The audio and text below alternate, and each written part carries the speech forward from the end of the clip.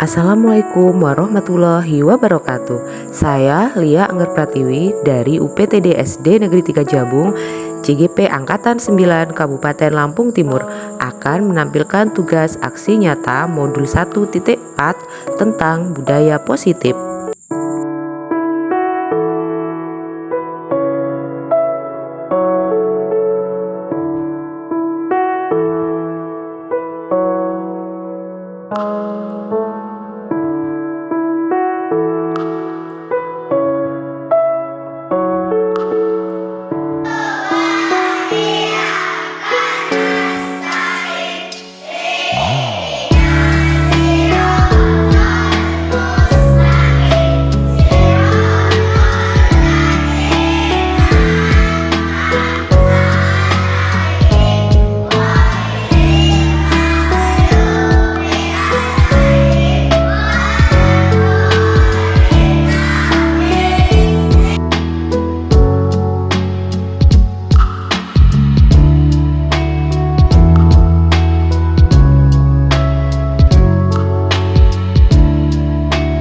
Assalamualaikum warahmatullahi wabarakatuh.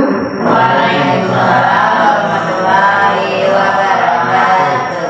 Alhamdulillah pada kesempatan kali ini saya beserta guru-guru rekan guru di sekolah ini dapat berkumpul di ruangan ini, di mana mau menyempatkan waktunya untuk saya menyampaikan atau diseminasi aksi nyata modul 1.4 budaya positif. Nah, di sini nanti kita akan berbincang Bapak Ibu ya. Jadi bukan berarti saya yang berdiri di sini itu yang paling pintar atau yang paling tahu, bukan. Tapi nanti saya hanya memandu. Kemudian nanti kita akan ada sesi tanya jawab, begitu.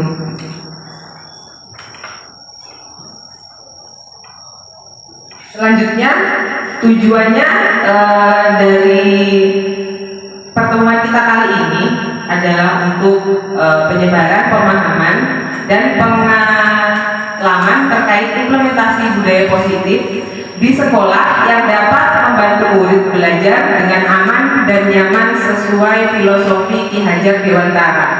Jadi dalam sekolah kita saat ini sudah masuk ke kurikulum merdeka Bapak Ibu, meskipun belum sepenuhnya ya. Di sekolah kita baru kelas 1 berapa? Kelas 2, 4 dan 5. Nah, mandiri berubah ya. Jadi tahun depan mungkin insya Allah sudah seluruhnya dari kelas 1 sampai kelas 6. Dan kita diharapkan sekolah kita ini dapat menjadi sekolah yang menerapkan atau paham akan budaya positif kepada anak-anak kita, di mana kita sendiri harus mengajarkannya kepada anak bahwa di sekolah ini anak-anak harus terbiasa dengan budaya positif, dan di sekolah ini mereka merasa aman dan nyaman, seperti itu. Selanjutnya, konsep dasar modul 1.4 budaya positif yaitu 1. Disiplin positif dan nilai kebajikan universal. Yang kedua, kebutuhan dasar manusia. Ketiga, teori motivasi, hukuman dan penghargaan restitusi. Keempat, keyakinan kelas. Kelima, 5 posisi kontrol guru. Dan yang terakhir itu yang keenam, segitiga restitusi. Nanti saya akan menjelaskan satu persatu ya Bapak Ibu.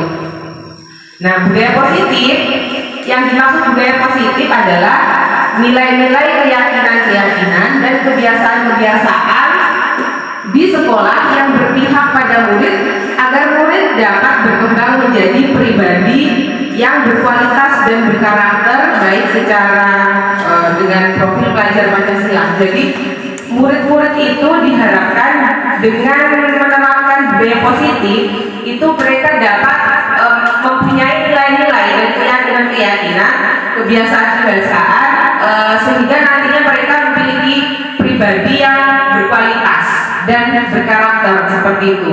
Karena harapannya dalam filosofi Ki Hajar Dewantara itu tadi, atau profil pelajar Pancasila, siswa itu dituntut, bukan dituntut ya Bapak Ibu bahasanya, mereka kita hantarkan menjadi siswa yang nantinya itu mempunyai karakter yang baik dan berkualitas, seperti itu.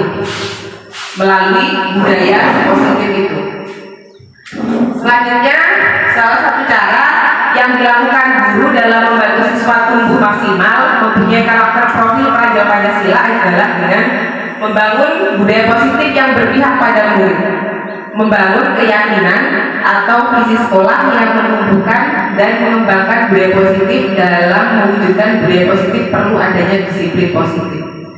Sekarang coba saya mau tanya ke Bapak Ibu, menurut Bapak Ibu selama ini Bapak Ibu sudah menerapkan budaya positif belum ke anak-anak kita? Ada yang mau jawab? Pak Husin mungkin?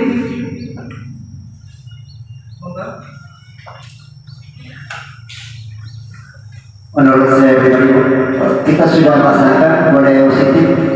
Contohnya kita membiasakan anak-anak untuk memahami budaya-budaya kita atau mengenal budaya-budaya kita.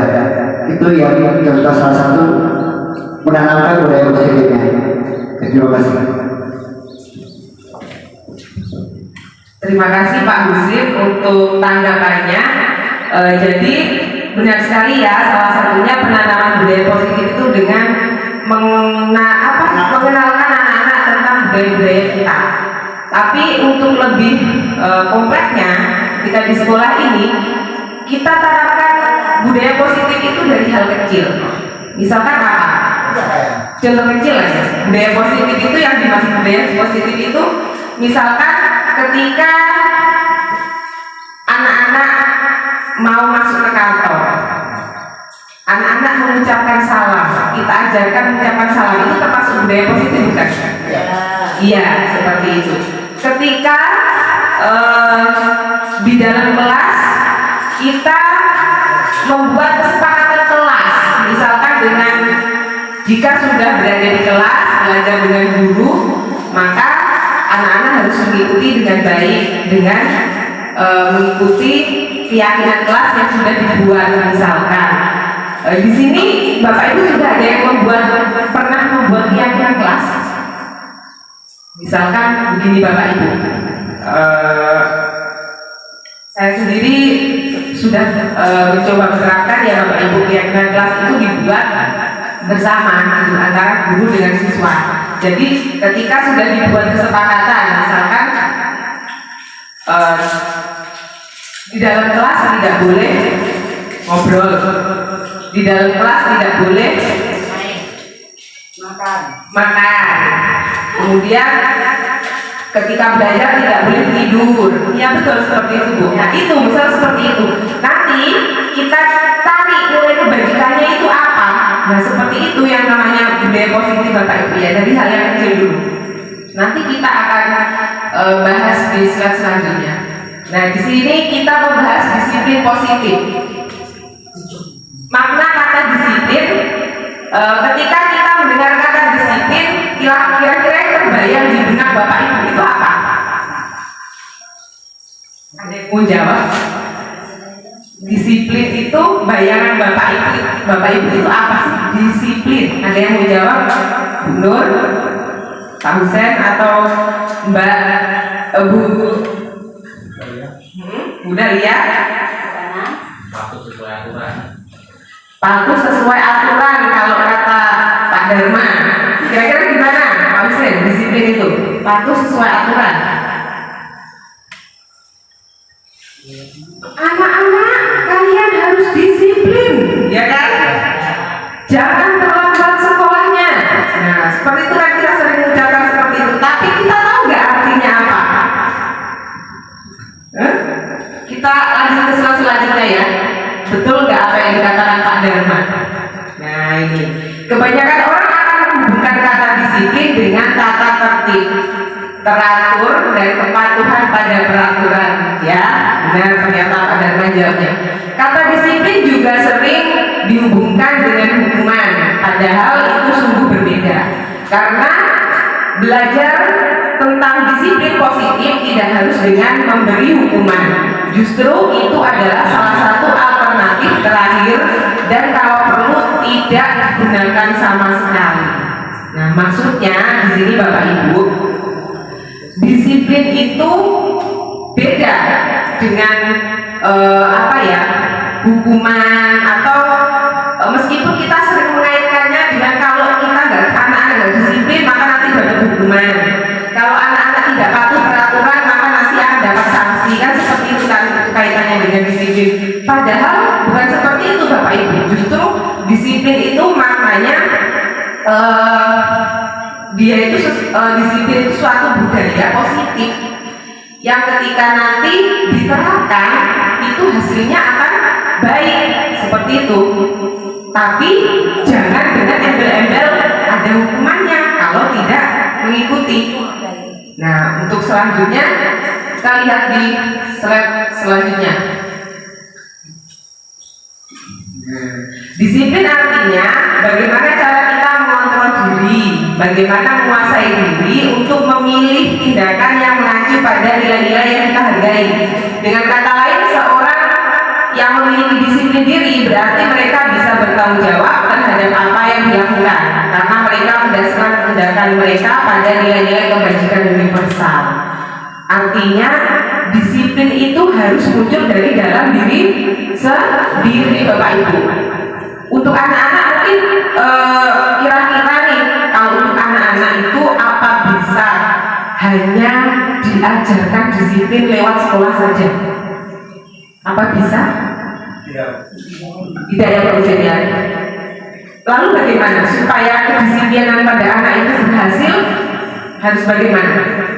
Disiplinan itu ditanamkan melalui siapa atau ya betul sekali Pak Ujian.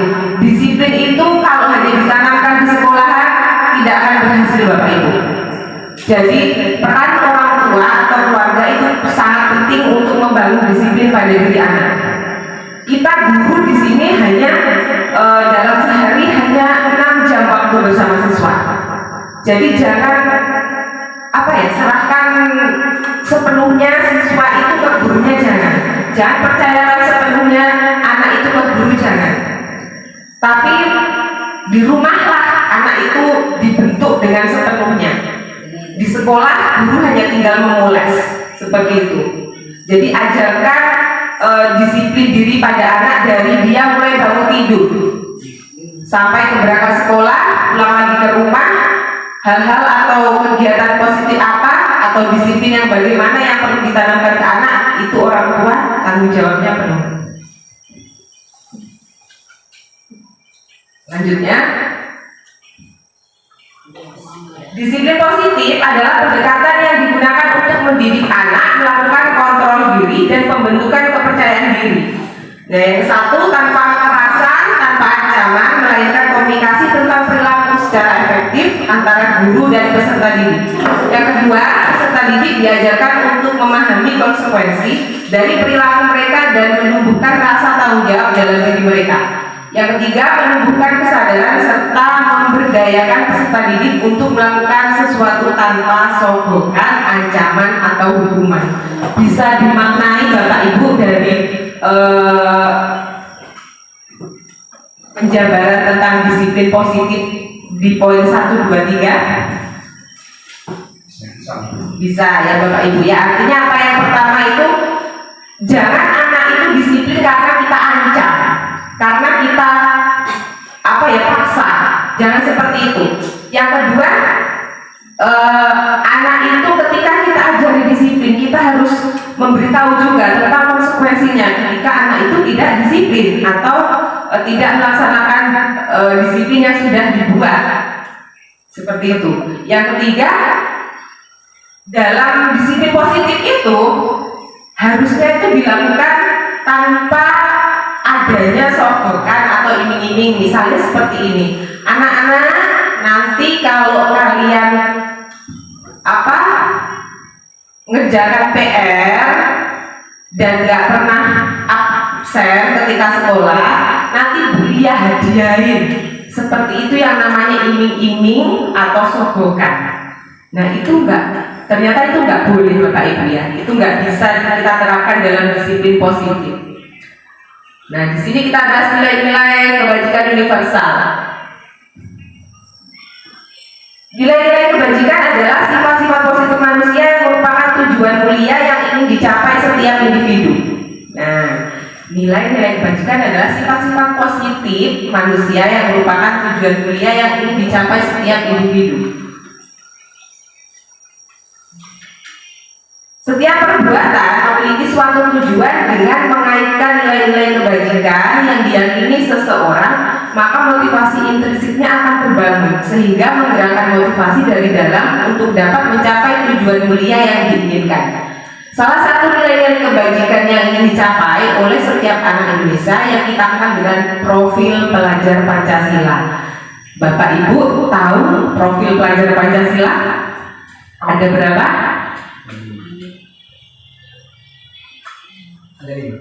Coba, kita biasanya kalau ngajarin ke anak kan sambil nyanyi ya Pak. Ada yang mau praktekannya? Pak Ustaz? Pelajar Lupa ini. ya, pelajar Pancasila beriman dan bertakwa pada Tuhan yang Esa dan berakhlak mulia, berkebinekaan global, gotong royong mandiri, kreatif dan bernalar kritis. Ada 6 ternyata Bapak Ibu ya, bukan 5, ada 6. Profil pelajar Pancasila itu ada 6. Nah, di sini dalam penjelasan ini, slide ini, motivasi intrinsik itu lebih penting dibangun pada diri anak. Jadi intrinsik itu dari dalam. Kalau dari dalam, otomatis anak itu akan tertanam. Jadi tidak perlu lagi harus diiming-imingi, tidak perlu lagi harus diberi sogokan, tidak perlu lagi minta sanjungan karena sudah menjadi siswa yang disiplin. Tapi jika anaknya sudah memiliki motivasi intrinsik, dia akan melakukan dengan hati. Ya kan Bapak Ibu ya? Ada tuh memang karakter anak yang kadang, ada Pak Guru, nyapulah, ya kan? Tapi ada juga yang memang mau ada Pak Guru, mau enggak, anak itu dasarnya memang rajin, memang dia disiplin, berangkatnya pagi, ya dia tetap melaksanakannya. Seperti itu yang dimaksud dengan motivasi intrinsik. Dan itu faktor yang sangat penting Bapak Ibu untuk membentuk suatu budaya positif pada diri anak. Selanjutnya motivasi perilaku manusia.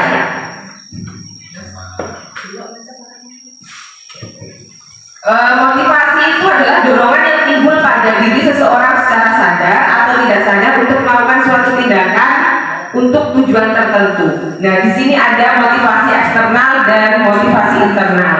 Eksternal itu dari luar, istilahnya itu tadi karena sering dibombong nih, misal kayak kamu sih punya murid, ayo, iya kamu tuh pintar nih ya, besok pokoknya lanjut lagi ya, pikirnya yang rajin, besok berangkatnya lebih pagi. Nah, itu karena dari apa, motivasinya dari luar, dari eksternal, sehingga ada semangat. Tapi dampaknya nanti ketika Pak Husin sudah tidak memberikan semangat lagi ke siswa yang bernama Ayu itu tadi, dia akan lemah dan akhirnya dia tidak akan melakukan lagi disiplin positif itu tadi. Tapi kalau motivasi internal, dia melakukannya dengan sadar sesuai dengan nilai-nilai kebajikan yang ada pada dalam dirinya. Seperti itu Bapak Ibu. Selanjutnya,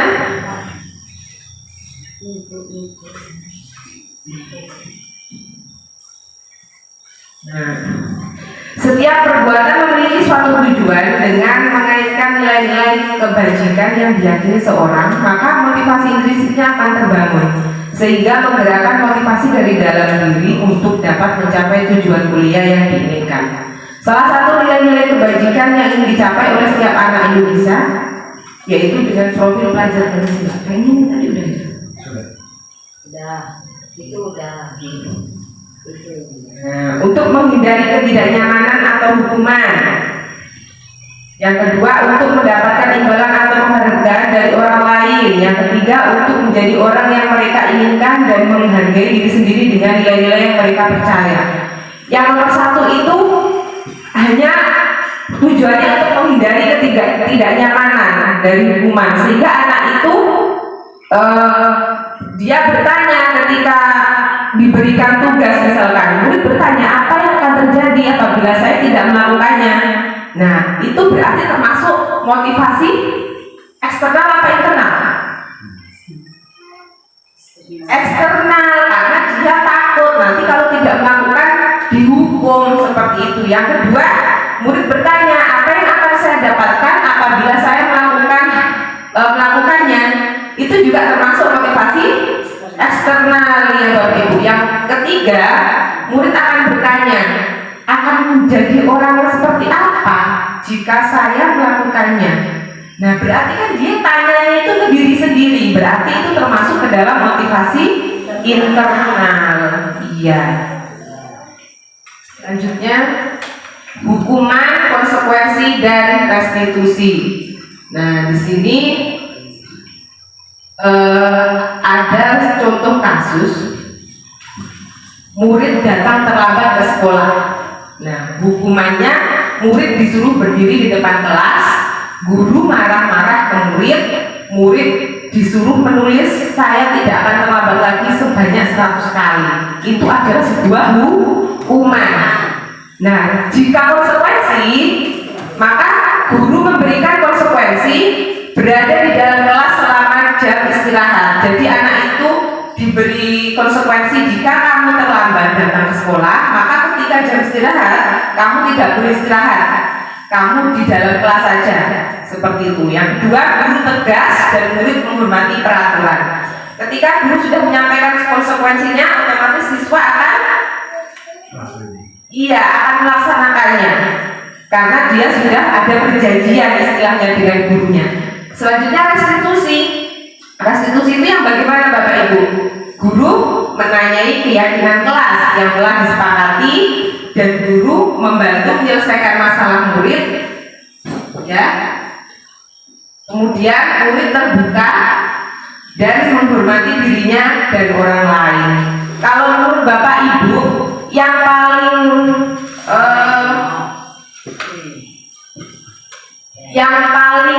apa ya Pak?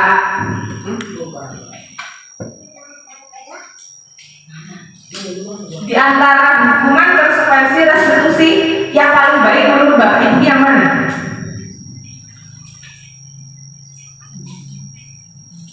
Yang nantinya itu akan lebih mengena di anak dan anak itu tidak merasa takut atau terbebani atau apa menurut Bapak Ibu?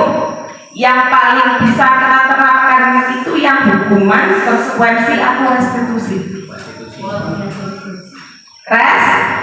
Restitusi, iya Bapak Ibu, karena di restitusi ini guru menanyai keyakinan kelas. Jadi kan di kelas tadi sudah saya sampaikan, kita antara guru dengan siswa sudah membuat keyakinan kelas yang dibuat bersama kesepakatannya.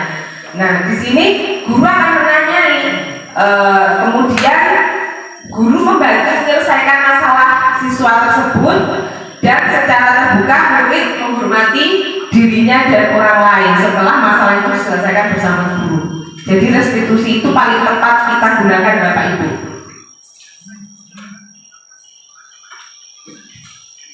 Selanjutnya, saat kita berulang kali menjanjikan hadiah kepada anak-anak agar berperilaku bertanggung jawab, atau kepada seorang murid agar mempelajari sesuatu yang baru, atau kepada seorang karyawan agar melakukan pekerjaan yang berkualitas, maka sebenarnya kita sedang berasumsi mereka tidak dapat melakukannya, atau mereka tidak akan memilih untuk melakukannya. Itu menurut Alfred Korn.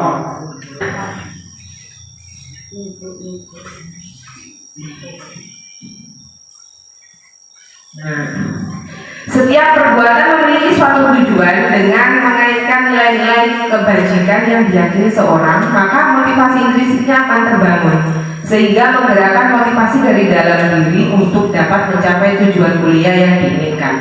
Salah satu nilai-nilai kebajikan yang ingin dicapai oleh setiap anak Indonesia yaitu dengan profil pelajar Pancasila. Kayaknya ini tadi udah. Itu udah. Nah, untuk menghindari ketidaknyamanan atau hukuman. Yang kedua, untuk mendapatkan imbalan atau penghargaan dari orang lain. Yang ketiga, untuk menjadi orang yang mereka inginkan dan menghargai diri sendiri dengan nilai-nilai yang mereka percaya. Yang nomor satu itu hanya tujuannya untuk menghindari ketidaknyamanan dari hukuman, sehingga anak itu dia bertanya ketika diberikan tugas, misalkan murid bertanya apa yang akan terjadi apabila saya tidak melakukannya. Nah, itu berarti termasuk motivasi eksternal apa internal? Eksternal, karena dia takut nanti kalau tidak melakukan dihukum, seperti itu. Yang kedua, murid bertanya apa yang akan saya dapatkan apabila saya melakukannya. Itu juga termasuk motivasi eksternal, ya Bapak Ibu. Yang ketiga, murid akan bertanya akan menjadi orang yang seperti apa jika saya melakukannya. Nah, berarti kan dia tanyanya itu ke diri sendiri, berarti itu termasuk ke dalam motivasi internal. Iya. Selanjutnya, hukuman, konsekuensi, dan restitusi. Nah, di sini ada contoh kasus murid datang terlambat ke sekolah. Nah, hukumannya murid disuruh berdiri di depan kelas, guru marah-marah ke murid disuruh menulis saya tidak akan terlambat lagi sebanyak 100 kali. Itu adalah sebuah hukuman.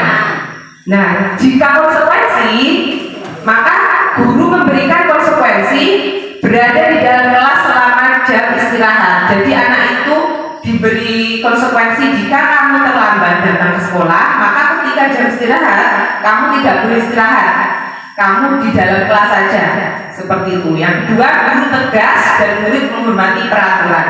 Ketika guru sudah menyampaikan konsekuensinya, otomatis siswa akan melaksanakannya karena dia sudah ada perjanjian istilahnya dengan gurunya. Selanjutnya, restitusi. Restitusi itu yang bagaimana Bapak Ibu?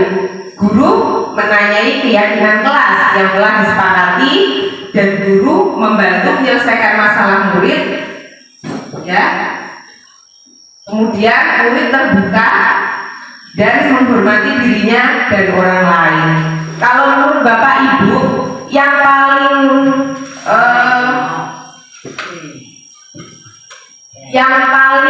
apa ya Pak?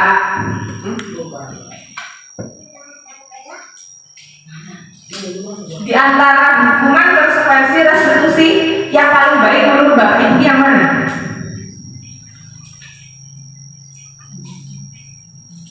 Yang nantinya itu akan lebih mengena di anak, dan anak itu tidak merasa takut atau terbebani atau apa menurut Bapak Ibu? Yang paling bisa kita terapkan itu yang hukuman, konsekuensi atau restitusi? Restitusi, iya Bapak Ibu, karena di restitusi ini guru menanyai keyakinan kelas. Jadi kan di kelas tadi sudah saya sampaikan, kita antara guru dengan siswa sudah membuat keyakinan kelas yang dibuat bersama kesepakatannya. Nah, di sini guru akan menanyai, kemudian guru membantu menyelesaikan masalah siswa tersebut, dan secara terbuka murid menghormati dirinya dan orang lain setelah masalah itu diselesaikan bersama guru. Jadi restitusi itu paling tepat kita gunakan Bapak Ibu.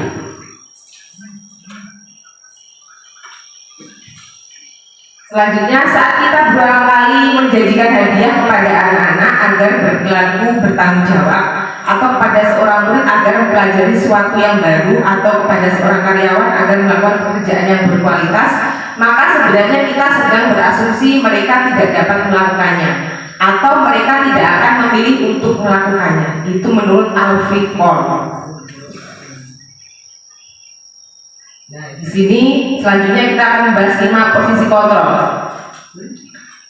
yaitu diantaranya 1. Penghukum, 2. Pembuat rasa bersalah, 3. Teman, 4. Pemantau, 5. Manajer. Di sini kita sebagai guru punya 5 posisi kontrol Bapak Ibu. Yang pertama adalah penghukum. Ya, penghukum itu artinya jika dalam kalimat itu seperti ini, kamu harus menulis saya bersalah dan menyesal sebanyak 1 buku. Jadi menghukum karena guru memerintahkan anak itu untuk menulis sebanyak 1 buku dengan tulisan yang sama, yaitu saya bersalah dan menyesal. Itu namanya menghukum. Yang kedua, pembuat rasa bersalah. Pembuat rasa bersalah itu berapa kali ibu sudah mengingatkan kamu, ibu kecewa sama kamu. Pernah nggak bapak ibu bilang, kamu udah ibu bilangin berkali-kali kok kamu tetap ngulangin lagi toh? Pernah nggak bilang seperti itu bapak ibu? Nah, iya, berarti kita itu di situ sebagai pembuat rasa bersalah pada anak itu, sehingga dampaknya apa? Anak itu akan sedih, terus merasa bersalah banget sama kita sebagai guru. Iya ya, kok saya kayak gitu ya sama Bu Nur, padahal saya sudah dibilangin loh kemarin. Akhirnya anak itu sedih seperti itu. Yang ketiga, sebagai teman. Sebagai teman itu artinya jadi perbincangan antara guru dan siswa itu tadi itu seperti teman. Contohnya, kamu jangan gitu dong, coba sebelumnya cerita dulu ke ibu atau ke bapak, kan nggak bakal gini kejadiannya. Nah, itu obrolan antara guru dan siswa itu hanya seperti teman, kayak seperti itu. Jadi posisi kontrol sebagai teman itu seperti itu. Dan saya sendiri kadang juga seperti itu bapak ibu, supaya anak itu nggak suka, kadang saya ngobrolnya itu pakai bahasa teman kepada murid. Terus yang keempat, sebagai pemantau. Contoh kalimatnya, kamu sudah melanggar kesepakatan kelas, kamu tahu konsekuensinya, dan kamu kerjakan apa yang seharusnya kamu lakukan. Nah, jadi di sini pemantau, guru itu tugasnya hanya memantau ketika anak itu melakukan sebuah atau melanggar sebuah kesepakatan kelas. Anak itu dipanggil dan diberitahu, kamu kan tahu kita sudah buat konsekuensi seperti ini. Kemudian setelah ini kamu melanggarnya, apa yang harus kamu lakukan? Jadi guru hanya sebagai pemantau. Yang terakhir, guru sebagai manajer. Dalam kalimatnya, apakah kamu tahu apa kesalahan kamu? Apa kira-kira pendapatmu dan bagaimana cara memperbaiki kesalahan kamu? Nah, jadi manajer ini posisi seorang guru setelah tahu dari masalah yang dihadapi anak, dia ngobrol dengan anak, kemudian dia bersama siswa mencari solusi bersama, kemudian baru dipecahkan masalahnya. Itu sebagai manajer. Selanjutnya, sebenarnya saya ada video ya Bapak Ibu ya, tapi karena di situ tadi belum terbuka di laptop satunya, saya belum bisa menyetelnya. Keyakinan kelas, kita sudah masuk ke keyakinan kelas Bapak Ibu. Keyakinan kelas adalah sesuatu yang diyakini bersama, berasal dari penyatuan pikiran untuk menjadi nilai-nilai kebaikan untuk diturunkan di kelas. Bapak Ibu di ruangan ini, apakah Bapak Ibu sudah ada yang menerapkan keyakinan kelas bersama siswanya di kelas? Kalau ada, boleh menyampaikannya, misal contohnya seperti apa? Boleh Bapak Ibu?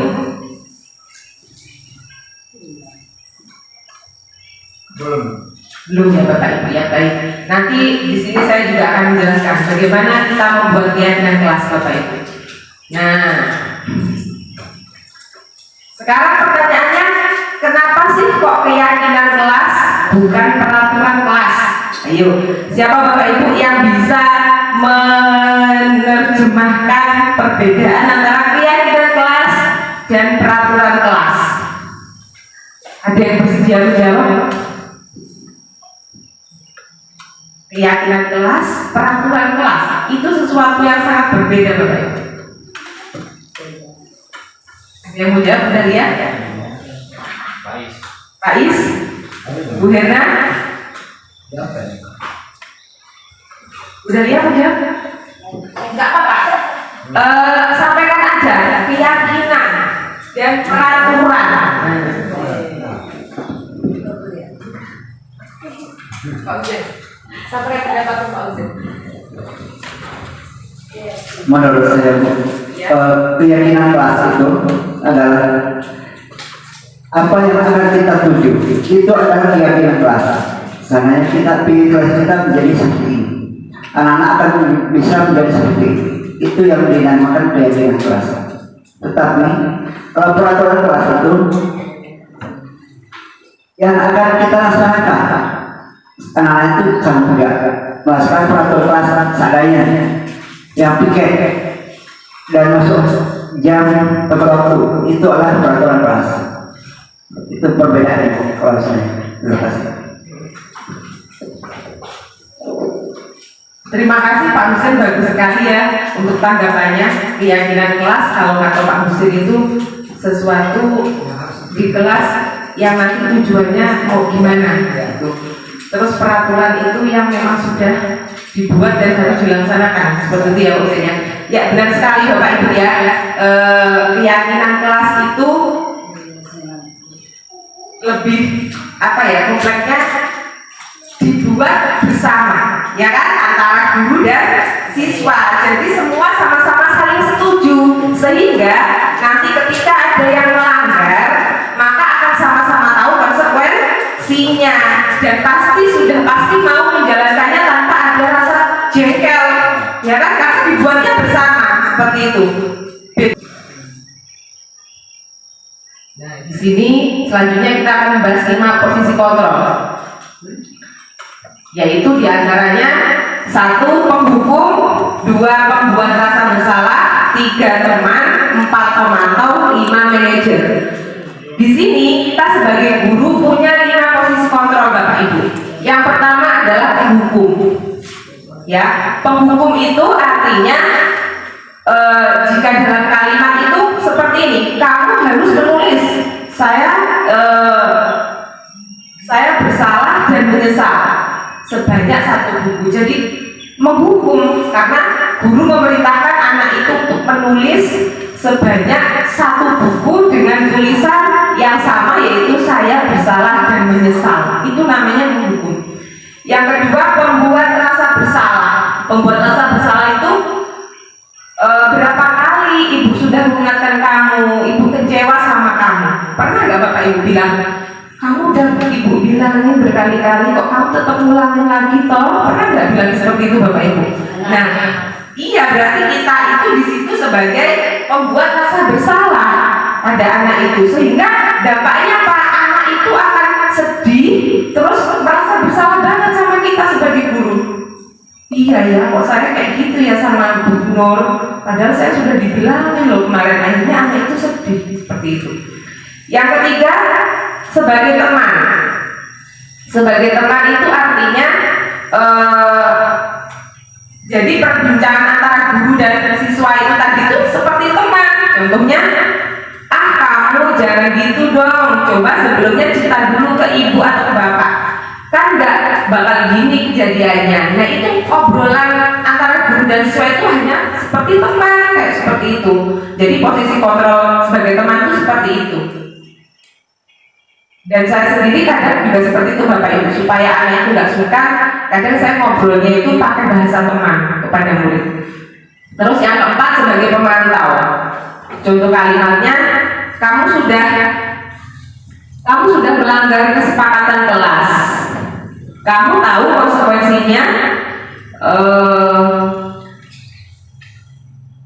dan kamu kerjakan apa yang seharusnya kamu lakukan.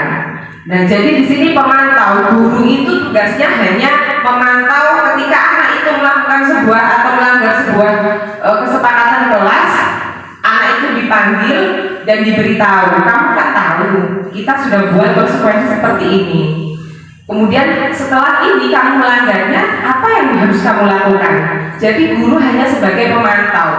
Yang terakhir, guru sebagai manajer. Dalam kalimatnya, apakah kamu tahu apa kesalahan kamu? Apa kira-kira pendapatmu dan bagaimana cara memperbaiki kesalahan kamu? Nah, jadi manajer ini posisi seorang guru setelah tahu dari masalah yang dihadapi anak, dia ngobrol dengan anak, kemudian dia bersama siswa mencari solusi bersama, kemudian baru dipecahkan masalahnya. Itu sebagai manajer. Selanjutnya sebenarnya saya ada video ya Bapak Ibu ya, tapi karena di situ tadi belum terbuka di laptop satunya, saya belum bisa menyetelnya. Nah, keyakinan kelas, kita sudah masuk ke keyakinan kelas Bapak Ibu. Keyakinan kelas adalah sesuatu yang diyakini bersama berasal dari penyatuan pikiran untuk menjadi nilai-nilai kebaikan untuk diturunkan di kelas. Nah, Bapak Ibu di ruangan ini, apakah Bapak Ibu sudah ada yang menerapkan keyakinan kelas bersama siswanya di kelas? Kalau ada, boleh menyampaikannya, misal contohnya seperti apa? Boleh Bapak Ibu?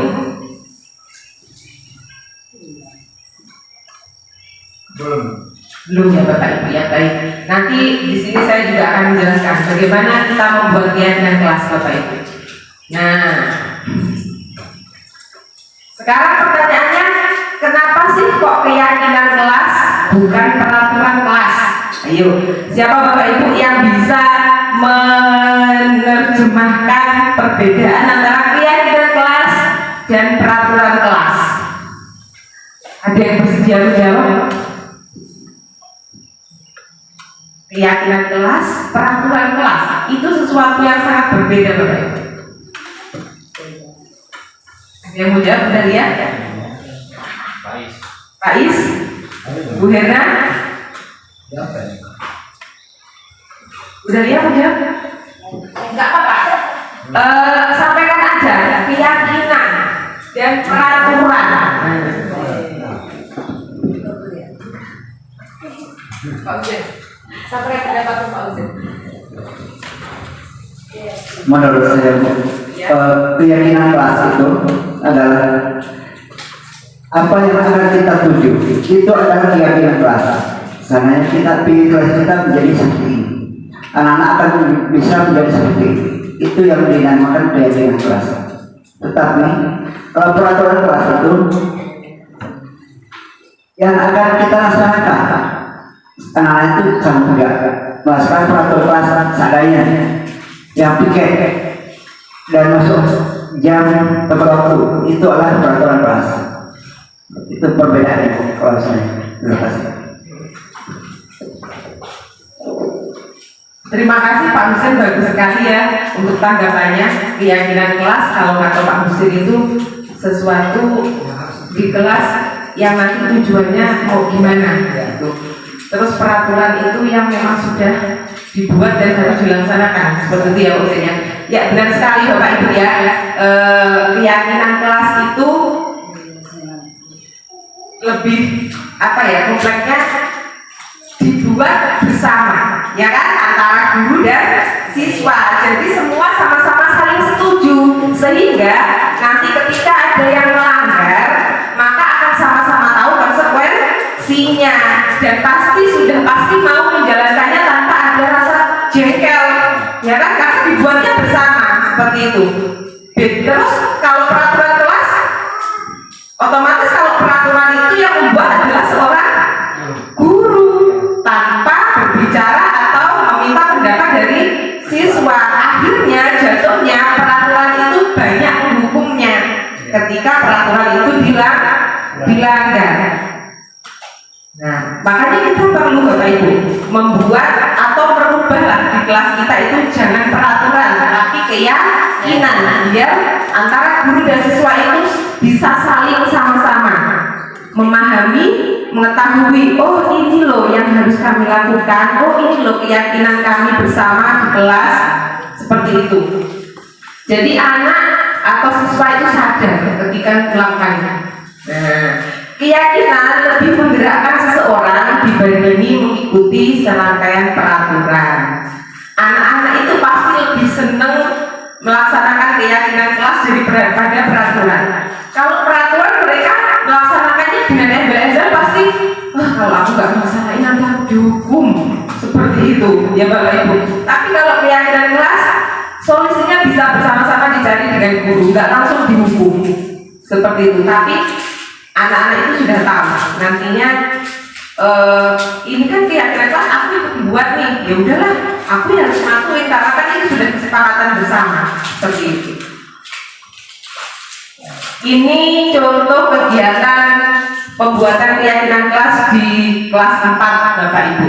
Jadi yang pertama merumuskan peraturan kelas. Jadi sebelum terbentuknya keyakinan kelas itu kita tetap harus merumuskan peraturan kelas Bapak Ibu. Jadi anak-anak diminta menyampaikan apa saja sih yang nggak boleh dilakuin di kelas ketika belajar. Nah, anak-anak ternyata waktu itu pinter juga Bapak Ibu jawabnya. Nggak boleh rame Bu, nggak boleh makan, nggak boleh tidur, nggak boleh kotor kelasnya Bu. Mereka berpendapat seperti itu ketika saya ajak untuk membuat keyakinan itu.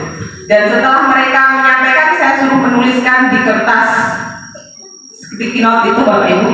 Kemudian setelah selesai menulis, mereka saya suruh untuk menempel di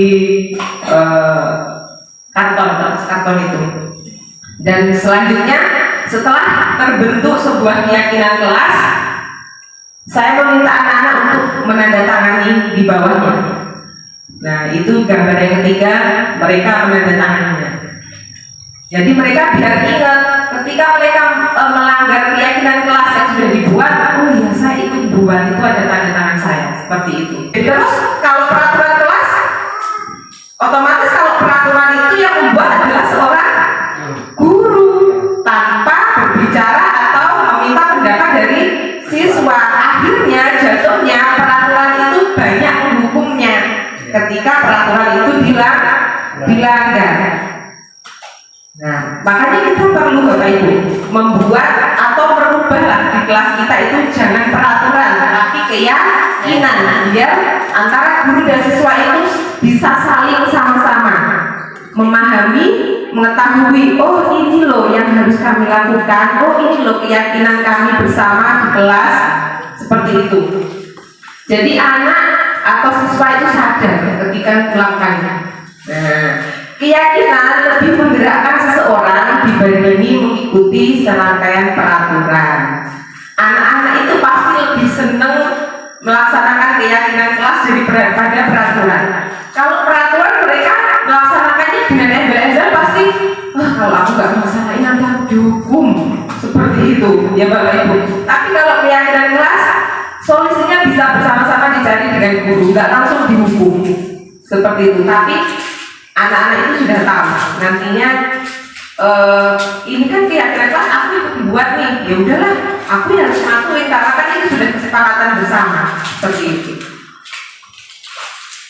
Ini contoh kegiatan pembuatan keyakinan kelas di kelas 4 Bapak Ibu.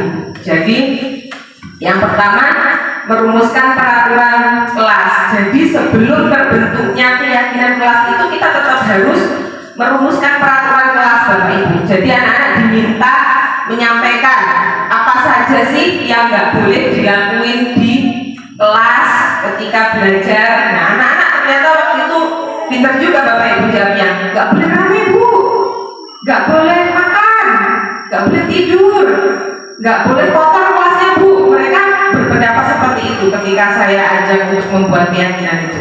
Dan setelah mereka menyampaikan, saya suruh menuliskan di kertas sticky note itu Bapak Ibu. Kemudian setelah selesai menulis, mereka saya suruh untuk menempel di kertas karton itu. Dan selanjutnya setelah terbentuk sebuah keyakinan kelas, saya meminta anak-anak untuk menandatangani di bawahnya. Nah, itu gambar yang ketiga, mereka menandatanganinya. Jadi mereka biar ingat ketika mereka melanggar keyakinan kelas yang sudah dibuat, oh iya saya ikut buat, itu ada tanda tangan saya, seperti itu.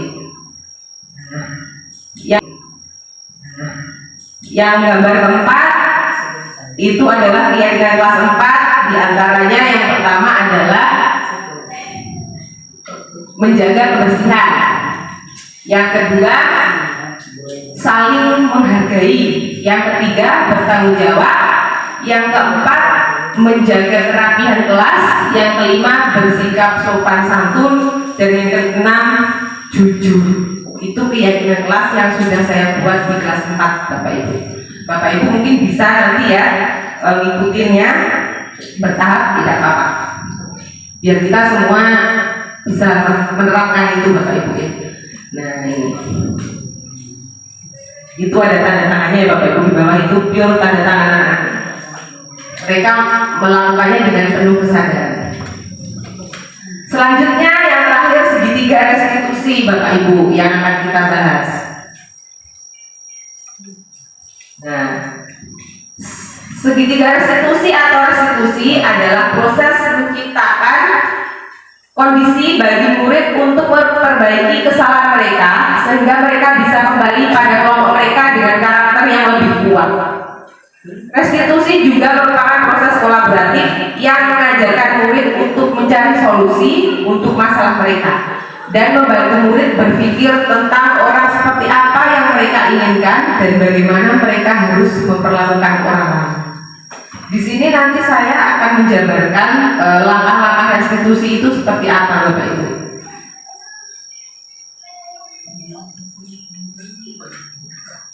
Ternyata restitusi ini bisa mewujudkan disiplin diri yang baik Bapak Ibu melalui restitusi ini. Kita simak. Nah ini, melalui restitusi kita dapat membantu murid menjadi lebih memiliki tujuan, disiplin positif, dan memulihkan dirinya setelah berbuat salah. Penekanannya bukanlah pada bagaimana berperilaku untuk menyenangkan orang lain atau menghindari ketidaknyamanan, namun tujuannya adalah menjadi orang yang menghargai nilai-nilai kebajikan yang mereka percaya. Restitusi membantu murid untuk jujur pada diri sendiri dan mengevaluasi dampak dari kesalahan yang dilakukan. Restitusi memberikan penawaran bukan paksaan. Sangat penting bagi guru untuk menciptakan kondisi yang membuat murid bersedia menyelesaikan masalah dan berbuat lebih baik lagi dengan berkata semua orang pasti pernah berbuat salah. Bukan mengatakan kamu harus lakukan ini, kalau tidak maka. Nah, kalimat yang terakhir itu seperti mengancam, ya nggak Bapak Ibu? Ya. Iya, seperti ngancam. Kamu harus ngelakuin ini, kalau tidak maka kamu nanti akan saya hukum. Nah, itu seperti mengancam. Tapi ketika kita melakukan restitusi, yang kita katakan bukan seperti itu. Tapi ketika anak-anak berbuat salah, kita bilangnya seperti ini sebagai guru. Ibu tahu bahwa semua orang pernah berbuat salah, tapi setidaknya kamu mau mengakui kesalahan itu. Seperti itu restitusi Bapak Ibu. Nah, 3 langkah segitiga restitusi, yaitu yang pertama menstabilkan identitas, yang kedua validasi tindakan yang salah, dan yang ketiga menanyakan keyakinan.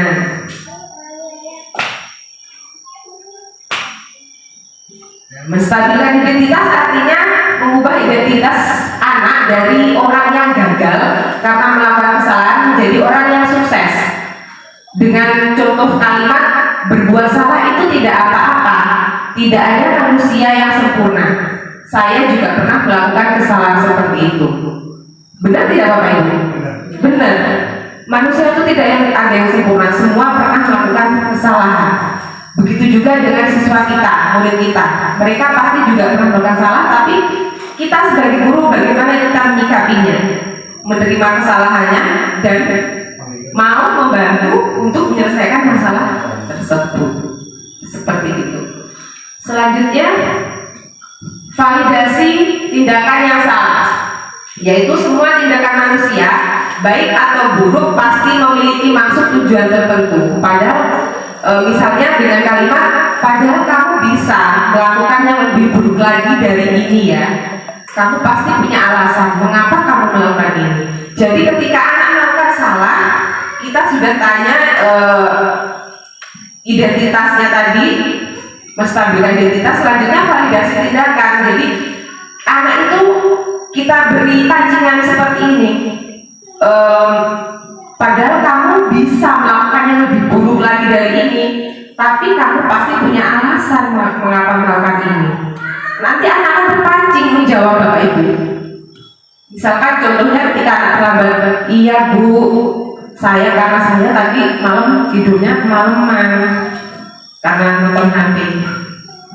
Kemudian anak itu kemudian cerita semuanya ke guru tanpa ada rasa sungkan atau takut. Nah, selanjutnya yang terakhir,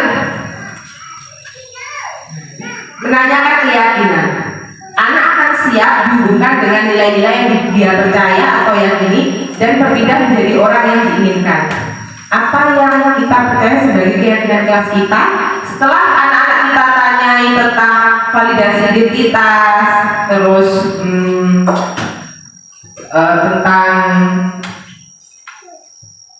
tentang menstabilkan identitas, kemudian validasi tindakan yang salah, yang terakhir menanyakan keyakinan. Jadi setelah itu kita tanya apa yang kita percaya sebagai keyakinan kelas kita. Kira-kira apa nilai-nilai kebajikan yang telah kita sepakati tapi tidak kamu tepati? Nanti anak akan berpikir, oh iya Bu, saya sudah melanggar nilai kebajikan yaitu kedisiplinan. Seperti itu. Jadi anak akan sadar dari dalam diri tentang kesalahan yang dibuat. Seperti itu, Bapak Ibu.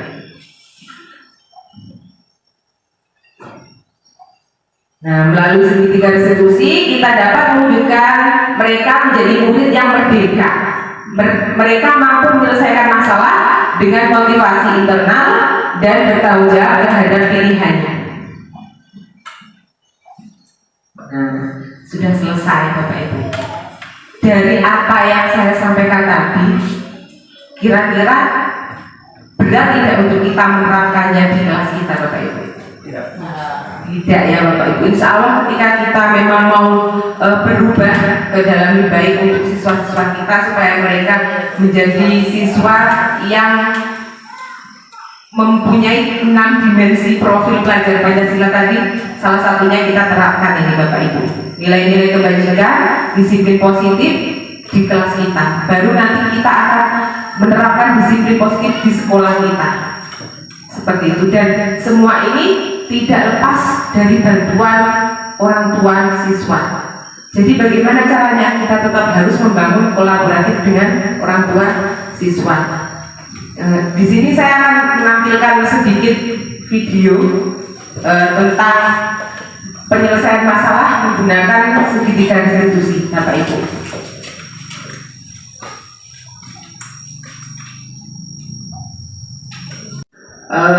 Bernama Ayu, dengan menyelesaikan masalah menggunakan segitiga restitusi.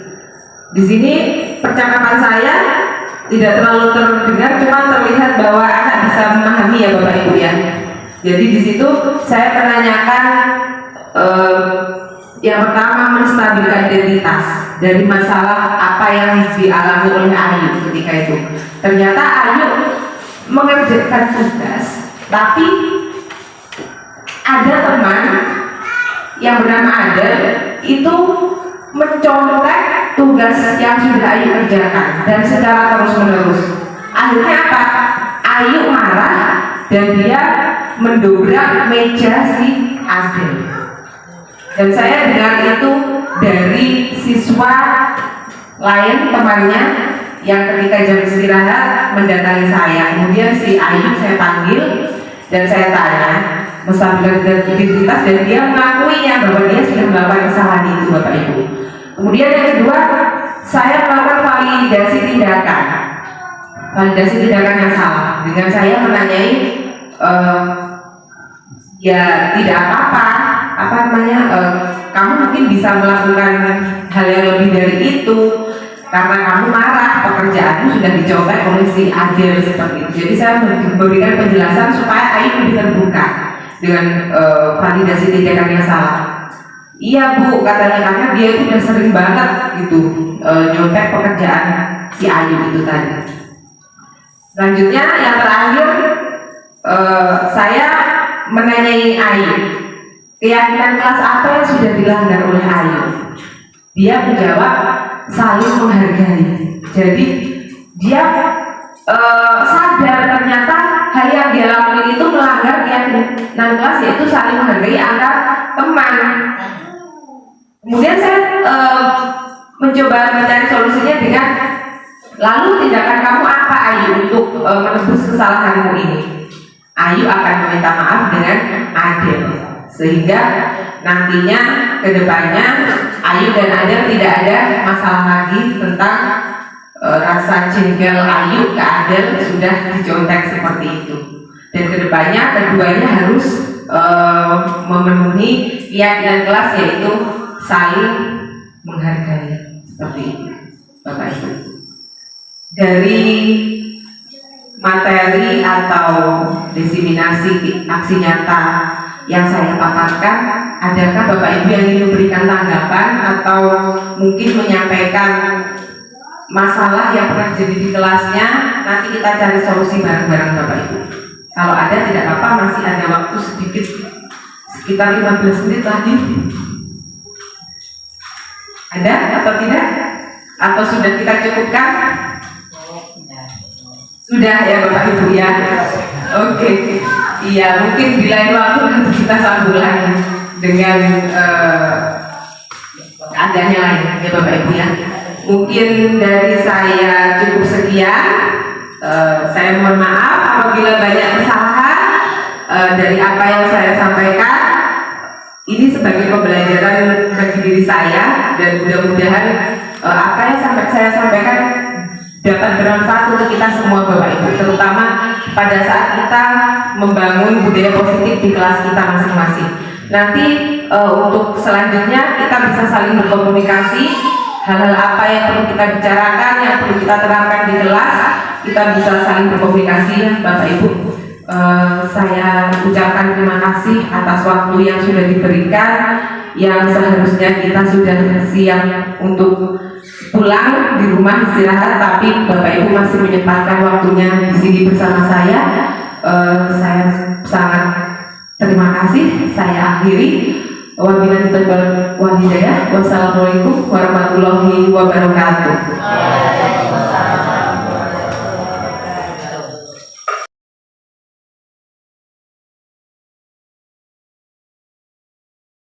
Ayu, tadi ibu mendapat laporan dari ketua kelas bahwa kamu habis bertengkar ya sama Adel. Iya Bu, tadi saya kesel. Kenapa kesel? Adel terus-menerus mencontek hasil pekerjaan saya, bukan hanya PR, tapi juga tugas-tugas lainnya. Oh begitu, ya wajarlah jika kamu kesel dan marah. Mungkin jika itu ibu juga akan marah dan kesal. Lalu apa yang kamu lakukan dengan si Adel? Saya marah-marah Bu, tanpa sadar saya mendobrak mejanya. Oh begitu, pasti kamu buat begitu ada alasannya ya? Iya Bu, masa saya diam saja? Saya sudah capek mengerjakan soal malah dicontoh sama Adel. Ya wajarlah kamu marah si Ayu karena tidak rela pekerjaanmu dicontek begitu saja sama si Adel. Ibu sangat menghargai tindakan kamu yang tidak berbuat lebih buruk dari itu, misalnya memukul. Sekarang coba kita pikirkan tindakan kamu marah sampai mendobrak meja, apakah sesuai dengan keyakinan kelas kita? Tidak Bu. Menurut kamu keyakinan kelas apa yang sudah dilanggar? Saling menghormati antar teman Bu. Ya betul. Menurut kamu saling menghormati antar teman itu penting tidak untuk kamu? Penting Bu. Baik, kalau menurut kamu itu penting, jadi keyakinan apa yang harus kamu lakukan pada saat kamu sedang marah? Harus lebih sabar Bu. Kamu bersedia memperbaiki masalah ini? Bersedia Bu. Apa yang akan kamu lakukan untuk memperbaiki masalah ini? Saya harus lebih banyak bersabar dan menahan amarah saya. Kalau ada teman yang mencontek, saya akan melaporkan kepada ibu guru. Iya, tepat sekali tindakan kamu Ayu. Tetap semangat ya, silahkan kembali lagi ke kelas. Ya, terima kasih Bu. Nama saya Ayu, kelas 6. Saya sangat senang sekali diajak berdiskusi dengan Ibu Lia dalam menyelesaikan masalah saya dengan teman saya Adel. Saya akan lebih sabar lagi dan tetap menghormati teman saya walaupun dia sudah berbuat salah dengan saya. Terima kasih Bu Lia. Dari penjelasan diseminasi budaya positif yang saya sampaikan, tentunya untuk mencapai keberhasilan diperlukan kerjasama dari seluruh warga sekolah dan pentingnya kolaboratif, reflektif, inovatif, dan pembelajaran yang berpihak pada murid.